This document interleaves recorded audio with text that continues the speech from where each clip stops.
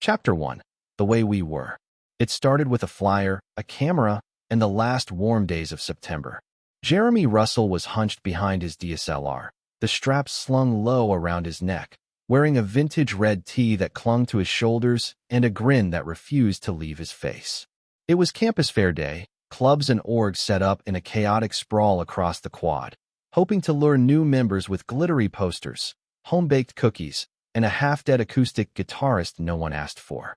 He was filming footage for the student media channel, trying to make the most boring day of the semester look inspiring. He was halfway through rolling a slow pan over the recycling club's compost bin when someone stepped into frame. Clean cut, broad shoulders, button down tucked into well-fitted jeans, blue eyes that locked with his through the lens. Charles Fraser. Jeremy lowered the camera slowly, eyebrows lifting. You just photobombed compost awareness. Charles didn't blink. You're filming garbage. I figured I could only improve it. That was their first exchange. It hit like a flash of lightning. Sharp, unexpected, impossible to ignore. Jeremy grinned. You always this cocky, or just when you're ruining my shots? Charles looked him up and down, just once. Measured. Not flirty, not obvious. But something flickered. Depends on who's behind the camera. That night, Jeremy found himself replaying that moment, over and over. The eyes, the voice, the way Charles hadn't smiled right away, like he wanted to stay unreadable, stay composed. And Jeremy wanted to mess that up. The second time they met, it was at a bonfire on West Cliff. Jeremy was barefoot in the sand, beer in hand, telling a ridiculous story about crashing a drone into a Dean's Volvo. The circle around the fire was half listening, half scrolling. But not Charles. He stood on the edge of the circle, quiet, arms folded, eyes locked on Jeremy like he was trying to memorize him. Jeremy caught his gaze again, grinned through the flames. You stalking me now, Charles Fraser? You say that like I'm not letting you do the same. The crowd around them faded. Later, long after the beer ran out and the fire died, they walked the shoreline in silence. Jeremy brushed Charles's knuckles with his. Tentative. Testing. Charles stopped walking. Jeremy looked up. And then it happened. Charles leaned in. Not fast, not hungry. Just certain. Like this had already happened 1,000 times in some other universe. Their lips met. A soft, slow press. Heat curled low in Jeremy's chest, but it was gentler than he expected. Like Charles wanted to memorize this, too. When they finally pulled apart, Jeremy whispered, "That was either the most dangerous or the smartest thing I've ever done." Charles smiled for the first time. It was quiet and rare. Both. Chapter 2. Honeyed Mornings. Their first apartment together was technically a one-bedroom, but Jeremy liked to joke that it was a glorified shoebox with plumbing. Still, it had a tiny balcony that caught the morning light, creaky wooden floors, and a kitchen just big enough for Charles to cook breakfast while Jeremy danced behind him, shirtless, still half asleep. It worked. More than that, it felt like a secret they were lucky to keep. Their mornings were slow and sweet. Charles always woke first, body clock unshakable, even on weekends. He'd brew coffee quietly, barefoot and bare-chested in pajama pants, flipping through a book while eggs sizzled. Jeremy would eventually emerge from the bedroom, hair messy, sleep still on his face, wearing one of Charles's button-downs like a robe. "You look like sin," Charles would murmur, pouring him a mug, eyes dragging lazily over him. Jeremy would smirk, walking straight into his arms. "You look like breakfast." Which is hotter? They kissed like it was habit. Like prayer. A sleepy press of lips, a soft bite, a hum of approval. They always touched, hands at the small of a back, a palm on a hip, fingers brushing against collarbones like a secret. Every part of their days was woven with contact. Jeremy edited videos in the living room, sprawled across the couch in sweats and headphones, mouthing lyrics and tapping his knee to the beat. Charles worked at the desk by the window, running numbers and preparing proposals for environmental campaigns, always with a highlighter in hand. Sometimes, Charles would look up and just watch Jeremy. He never said anything, just sat there with this soft, unreadable expression like he couldn't quite believe he got to keep him. Jeremy noticed, even when he didn't say it. And when Charles finally closed his laptop for the night, Jeremy would pull him in and whisper against his neck, "You know you're allowed to stare, right? I'm yours." And Charles would whisper back, "I never forget." They had routines. Friday night takeout on the floor. Sunday grocery runs. dinner parties with close friends, sex in the shower, kisses against the fridge, arguments about nothing, whose turn to do laundry, why Jeremy left his charger at the cafe again. All of it tangled into this messy, perfect rhythm. But then small things started to shift. Charles got quieter. His work hours stretched longer. Sometimes he missed dinner. Sometimes he came home already tired, already distant. Jeremy didn't ask at first.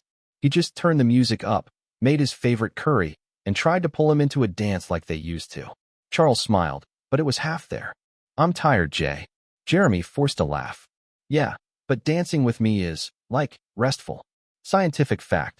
But Charles just kissed his cheek and went to shower. Jeremy stood alone in the kitchen, spoon in hand, music still playing. It wasn't anything serious. Not yet. Just a moment. A pause in the rhythm. Still, he felt it. Chapter 3. Things left unsaid. It was a Thursday evening when Charles came home later than usual, tie loosened, eyes unreadable. He dropped his bag on the chair by the door and unbuttoned his collar slowly, like his bones ached. Jeremy was on the couch, legs folded under him, editing footage from a surf shoot. He paused the clip and looked up. "Hey, stranger." Charles gave a faint smile, kissed his forehead in passing, then disappeared into the bedroom. "No, how was your day?" "No, I missed you." Just the scent of cologne and tension lingering in the room. Jeremy didn't follow. Not right away. He watched the frozen frame on his laptop, an ocean wave caught mid-crest, all light and power, and tried to shake the tightening in his chest. Charles was slipping, piece by piece, like sand through his fingers. The next morning over coffee, Jeremy asked, "Is work killing you lately, or are you just avoiding me?" Charles blinked. "What? You've barely looked at me all week." Charles sighed, rubbing a hand over his face. "I'm tired, Jill. There's a proposal that needs to be rewritten by Monday. I've been putting in double shifts." Jeremy leaned against the counter, arms crossed. "I get that, but you don't even talk to me anymore. You come home, shower, sleep. You don't even touch me." Charles looked at him then. Really looked. "You think I don't want to touch you?" His voice was low, careful, like he was holding something back. Jeremy's throat tightened. "I don't know what to think. You don't let me in. You just retreat. Like I'm not part of your life anymore." There it was. Charles stood still. Then quietly, "I was offered a promotion." Jeremy blinked. "What kind of promotion?" "Regional lead. It's in San Francisco." Silence bloomed like a bruise between them. Jeremy leaned back, blinking slow. "So you've been making decisions about our life and just forgot to include me?" Charles looked pained. "I hadn't decided anything. I needed to think. Alone. Yes, alone. Because I knew you'd hate it." Jeremy laughed once, sharp, dry. "Wow. You really think that little of me. I think you love your life here. Your work. The beach. Your friends. You, Jeremy, you're rooted here. And you're not." Jeremy asked, voice breaking around the edges. Charles didn't answer. Jeremy stepped away from the counter. "You know what hurts the most? It's not that you got the offer. It's that you didn't come to me. You didn't trust me with it." Charles looked like he wanted to reach for him, but didn't. "I was trying to protect what we have." Jeremy shook his head. "You can't protect something by hiding it. That's how you lose it." He walked out onto the balcony, heart hammering. The ocean air didn't soothe him tonight. Inside, Charles stood in the kitchen, unmoving. The silence now wasn't empty. It was full of everything they didn't say. Chapter 4. Space Between Us. The day Charles moved to San Francisco, the sky was overcast. Jeremy joked about it, very on-brand for a dramatic life change. But his laugh felt thin even to his own ears. Charles packed his last bag in silence. He turned before stepping out the door and kissed Jeremy like it was just a weekend trip. Like it wasn't 100 miles and 1,000 small doubts between them. "I'll be back next Friday," Charles said. "We'll figure it out." Jeremy nodded, arms crossed. "Text me when you get there." Charles hesitated. "I love you." Jeremy looked up, eyes unreadable. "Yeah, I know." The door clicked shut like the start of a long, low thunder. Long distance didn't feel like a break. It felt like being halfway underwater, hearing muffled sounds from someone you still wanted to touch. They tried. Late-night calls. Shared playlists. FaceTime over dinner. But the connection lagged. Not the Wi-Fi, the rhythm. The intimacy. Jeremy started staying up late, editing past midnight, avoiding the silence of their apartment without Charles in it. The place smelled like absence now. His hoodie still hung on the back of the chair. His mug sat in the sink for a week before Jeremy finally rinsed it out. Sometimes Charles would call at random hours. His voice always calm, but the background busy, street noise, unfamiliar walls. "Sorry, I'm just getting out of the office." "It's 10 p.m., Jeremy would say. "I know. Just wanted to hear your voice." Jeremy would force a smile he couldn't share. "You still remember what I sound like?" Charles would go quiet, then say, "I miss you." But Jeremy didn't always say it back. The weekends were better. At first, Charles would drive down Friday night, exhausted but present. They'd fuck like they were starving, lips bruising, hands greedy, no space between their bodies because there was too much between their lives. Afterward, they'd lie tangled in the sheets, skin slick and still warm. Jeremy would press his face into Charles's neck and breathe him in like trying to memorize him again. "Stay longer next time," he whispered once. Charles kissed the top of his head. "I'll try." But the visits got shorter. The calls got clipped. And one night, after 3 days of radio silence, Jeremy called twice. Straight to voicemail. The third time it rang. Charles answered, sounding breathless. "Hey, sorry, I'm at a client dinner. Can I call you later?" Jeremy swallowed. I needed to hear you. I didn't know if you were okay." "I'm fine," Charles said too quickly. "Everything's just a little crazy right now. You could have told me. I didn't want to worry you." Jeremy's voice cracked. "I'm not fragile, Charles. I'm your fucking husband." That silenced them both. Jeremy hung up before Charles could respond. That night, Jeremy sat on the floor of their bedroom with his back against the bed frame, holding one of Charles's old flannel shirts to his chest. His camera was on the nightstand. He didn't touch it. For once, he didn't want to capture anything. He just wanted to be seen. And across the city, in a hotel room filled with things that didn't belong to him, Charles stared at his phone, thumb hovering over Jeremy's name. He wanted to call. He didn't. Chapter 5, The Breaking Point. The phone lit up at 12:14 a.m. Charles Fraser. Jeremy stared at it. The screen pulsed quietly on the nightstand, lighting the bedroom in short, soft flashes. He let it ring until the last second before answering. "Yeah." Charles's voice was low, careful. "You're still awake?" "Nope. I answer calls in my sleep now. It's a new thing."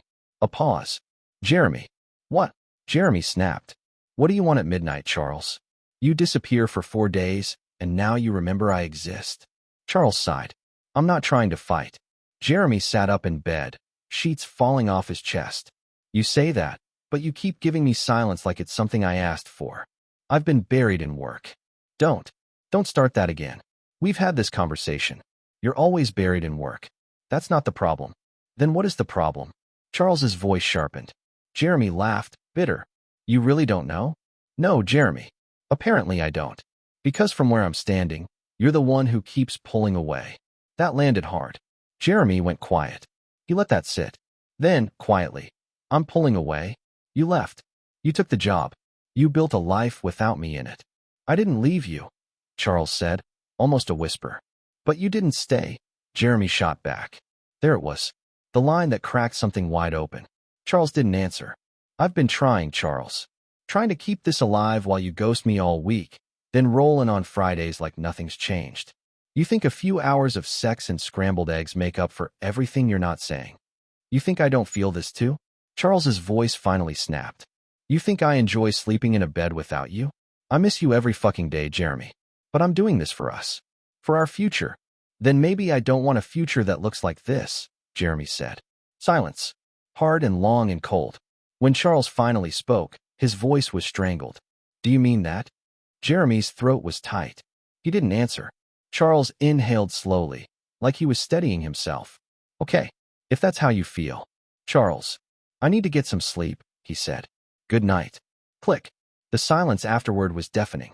Jeremy stared at the phone in his lap, heart thudding in the dark. That wasn't supposed to happen. They weren't supposed to break. He wanted to call back. He wanted to scream and sob and drive up there barefoot if he had to. But instead he sat in the silence they'd made together.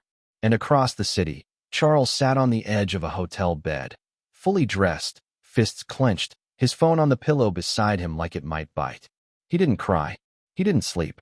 He just stared into the dark, listening to the sound of a life coming apart. Chapter 6. What Love Remembers. A week passed. No calls. No texts. Just an aching, echoing quiet. Jeremy didn't delete Charles's number, but he also didn't touch his phone unless he had to. Even then, his eyes would flicker to the top of the screen, hoping for a message that never came. On day 8, he left Santa Cruz without telling anyone. He drove with the windows down, letting the cold air whip through his hair, trying to stay awake on the road with nothing but an old playlist that still had Charles's name on it. He didn't really know why he went back to campus. Maybe he just wanted to see where it all started. Maybe he was chasing something that still felt whole. The university was quieter now. Late semester. Students shuffled between classes in hoodies and beanies. Jeremy walked through the quad like a ghost, watching people pass by, all of them unaware that he used to stand right here, camera in hand, when Charles walked into his frame and changed everything. He found the exact spot, beneath the same old oak tree near the edge of the lawn. He stood there for a long time, hands in his pockets, remembering Charles's voice. "You're filming garbage." I figured I could only improve it. Back then it had all felt so easy, so sharp and alive.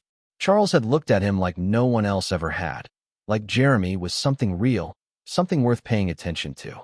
He sat on the bench and pulled out his phone, scrolling aimlessly until he landed on a video buried in his folder. Honeyed Mornings, rough cut. He hit play. The screen filled with shaky footage. Charles shirtless in the kitchen, half smiling as he stirred coffee. Jeremy's voice behind the camera, teasing, soft. "Babe, say hi." Charles turned, amused. "This is the third morning in a row you've done this. I like watching you." Charles gave a rare, unguarded smile. "Then come watch me for real." The video cut out. Jeremy lowered the phone and exhaled hard, pushing the heel of his hand against his eyes. He didn't cry. Not exactly. But something cracked open in his chest. Across the city, Charles stood in his apartment.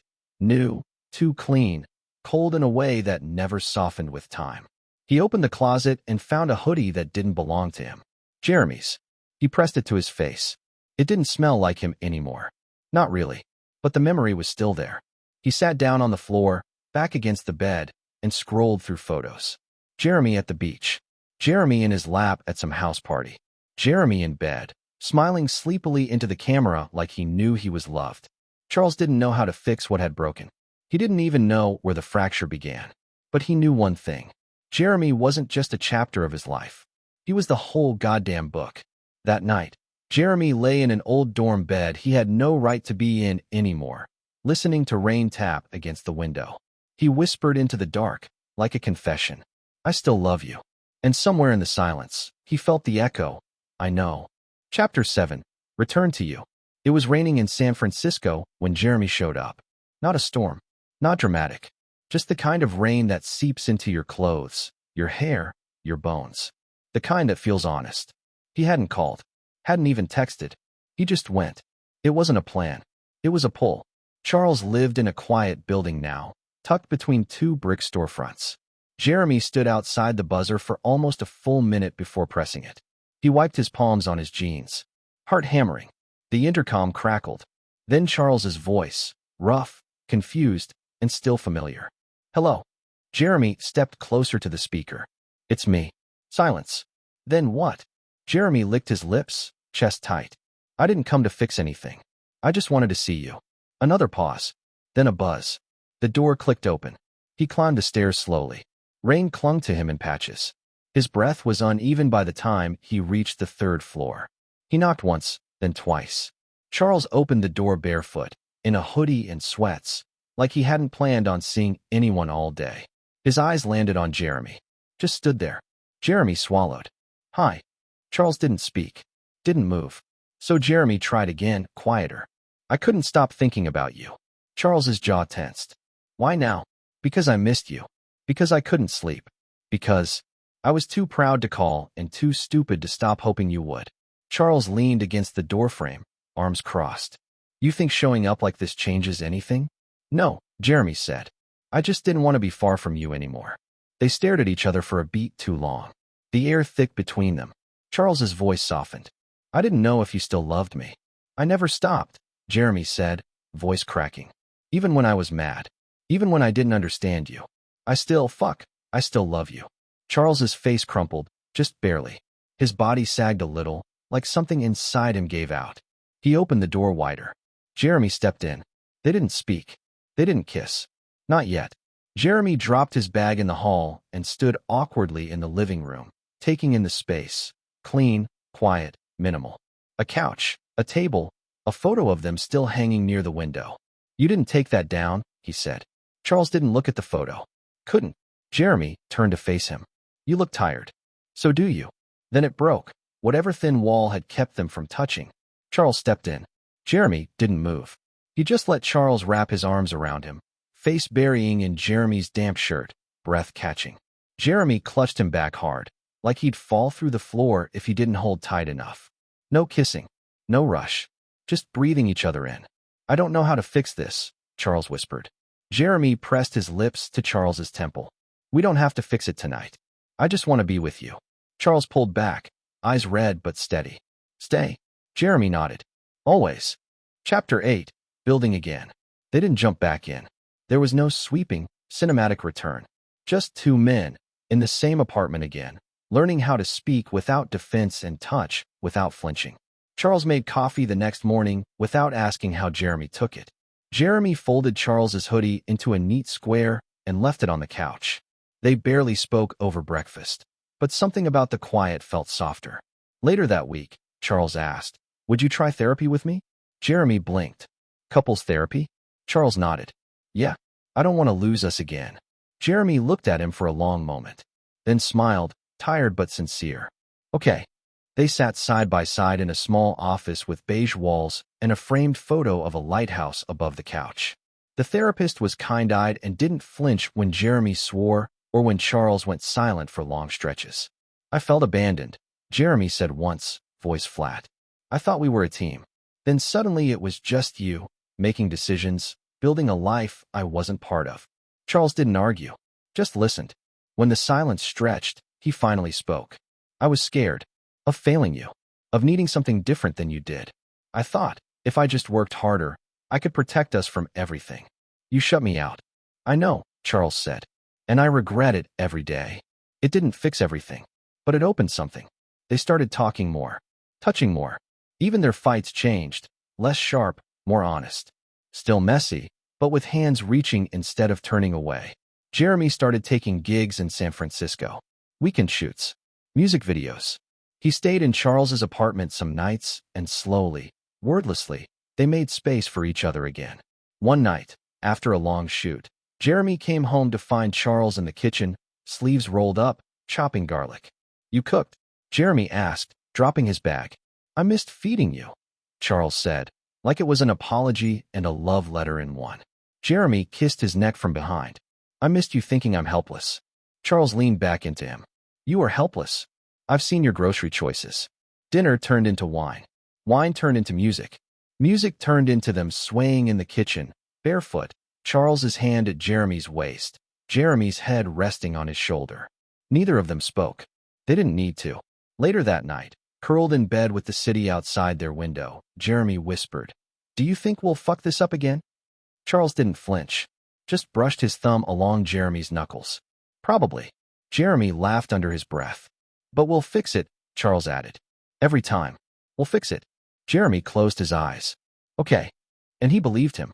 Chapter 9. The Vow We Make. The wedding wasn't grand. They didn't want that. No towering cake, no choreographed first dance, no string quartet playing some generic love song neither of them liked. Just a stretch of beach at golden hour, the salt air thick and alive, and 20 of their closest friends barefoot in the sand. Jeremy wore a light linen shirt, sleeves rolled to his elbows, curls damp from the ocean breeze.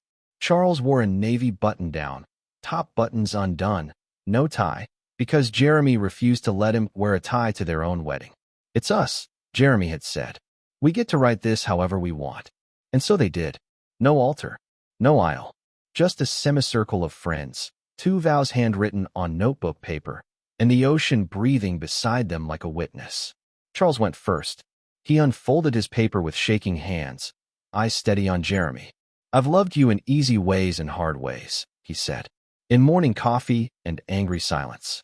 In long drives and longer nights waiting to hear your voice again. And I know now that love isn't something we fall into. It's something we stay in. Choose. Every single day." He paused, voice tightening. You've seen every part of me. The tired, the selfish, the scared. And you stayed. You kept showing up. And I promise, so will I. Jeremy exhaled, hard, blinked fast. Then it was his turn. He didn't unfold his vow. Just looked at Charles, wind tugging at his shirt, heart laid bare. I thought love was the part before the pain, he said. The shiny, bright part. The honeymoon shit. But with you, I learned that love is what comes after the fight. After the silence. After you nearly lose it. His voice cracked. And I did. I nearly lost you. And I don't ever want to feel that again. So I'll do the work. I'll tell the truth, even when it's ugly. I'll come back to you, even when I'm scared. I promise that. Charles's eyes shimmered. Jeremy smiled. You're home to me. Always. There were no rings. They'd done that part years ago, alone in a quiet city hall with matching bands and trembling fingers. But now, standing in the sand, when Charles pulled Jeremy close and kissed him, slow and deep and certain, it felt like something brand new. Their friends cheered. Champagne popped. Someone cried, probably James. Jeremy didn't stop smiling. Charles didn't let go of his hand once. That night, they built a fire and curled together on a blanket while everyone else danced barefoot in the surf. Jeremy rested his head on Charles's shoulder, thumb brushing the inside of his palm. Still scared, Charles murmured. Still stupidly in love with you. Jeremy whispered back. And Charles said, yeah, same. Chapter 10. I will return to your embrace. It had been 3 years since the beach wedding. The apartment in San Francisco was still small, still full of uneven light, and the soft clutter of 2 lives wrapped around each other.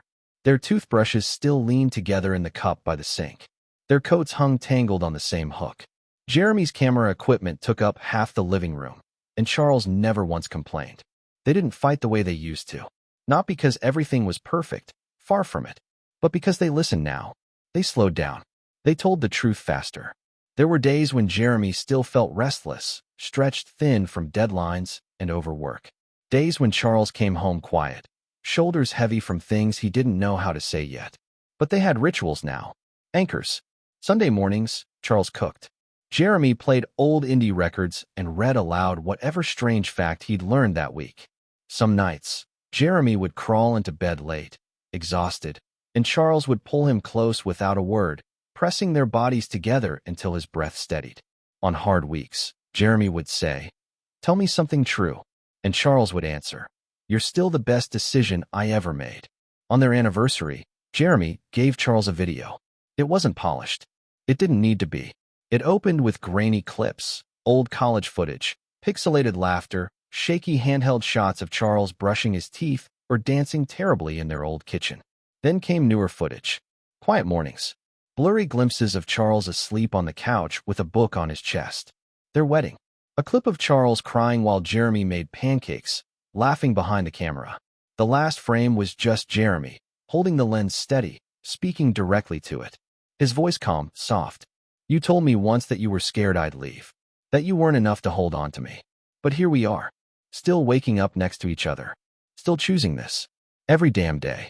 So if we ever forget, if things get loud again, or quiet in the worst ways, just press play. Remember that I came back. I always will. Because even when it's hard, even when it hurts, I will return to your embrace." That night, after dinner and wine and slow kisses that didn't need to go anywhere, Charles held Jeremy in bed, fingers tracing lazy circles on his spine. "You're everything," he murmured. "You know that, right?" Jeremy smiled into his neck. "Took you long enough." They fell asleep like that, entwined, breath sinking, nothing left to prove. Just the slow, quiet knowing that love, real love, isn't a flash. It's not a rescue. It's a choice, a vow, a home you keep building. And they were still building it. Together. Epilogue. Sunday, soft and sure. The morning light came slow and golden, spilling across the bed in ribbons. Jeremy stirred first, blinking against the warmth as he stretched, the sheets slipping low on his hips. Charles was still asleep beside him, one arm slung over Jeremy's waist, face buried in the curve of Jeremy's neck. He smelled like skin and citrus in sleep. Jeremy didn't move, just laid there, heart calm, body loose with the kind of peace that only came after long nights and longer conversations. This was what love looked like now. Soft skin, slow breath, no rush. Charles murmured something and shifted, blinking blearily awake. His voice came thick with sleep. What time is it? Too early for breakfast. Too late to pretend we're still asleep, Jeremy said, grinning. Charles smiled against his shoulder. I vote we don't move. Jeremy rolled onto his side, facing him. Agreed. They kissed slowly, without urgency, just mouths remembering. Jeremy's hand slid over Charles's side, up under the hem of his shirt. He still slept in one of Jeremy's oldest band tees, worn soft and thin. His skin was warm beneath it, familiar and still electric. Charles's hand cupped Jeremy's jaw, thumb brushing the corner of his mouth. You're always beautiful in the morning, he whispered, even with bed hair and sleepy eyes. Jeremy huffed a laugh, but his chest ached at the honesty in it. I love you, he said. Charles didn't blink. I know. I love you too. Their bodies moved together slowly. No rush, no proving. Just touch and response. The way they knew each other now. All the quiet ways two people learn after years of choosing each other again and again. Jeremy slid on top of him, their mouths never parting, hips aligned, hands gripping, guiding. Charles gasped when Jeremy ground into him. The friction just right. They didn't speak, just moans and breath and soft curses in each other's ears. Jeremy's lips traced the line of Charles's jaw, down his throat, then lingered at his chest, kissing slow. Charles tangled his fingers in Jeremy's hair and whispered, Stay. I always do. Jeremy murmured, voice low and thick. They moved as one, steady, sure. It wasn't about getting off. It was about being here. Flesh and sweat and sighs. The quiet desperation of loving someone so much it hurts, even when it feels this good. Afterward, they lay tangled in silence, hearts thudding in sync. Jeremy kissed Charles's shoulder. You hungry? Charles shook his head. Not yet. Just stay here. Jeremy smiled against his skin. Always. Outside, the city stirred. But inside, it was just the two of them. A bed still warm, a morning not yet over, and a love that wasn't new anymore, but deeper, stronger. And still, somehow just beginning.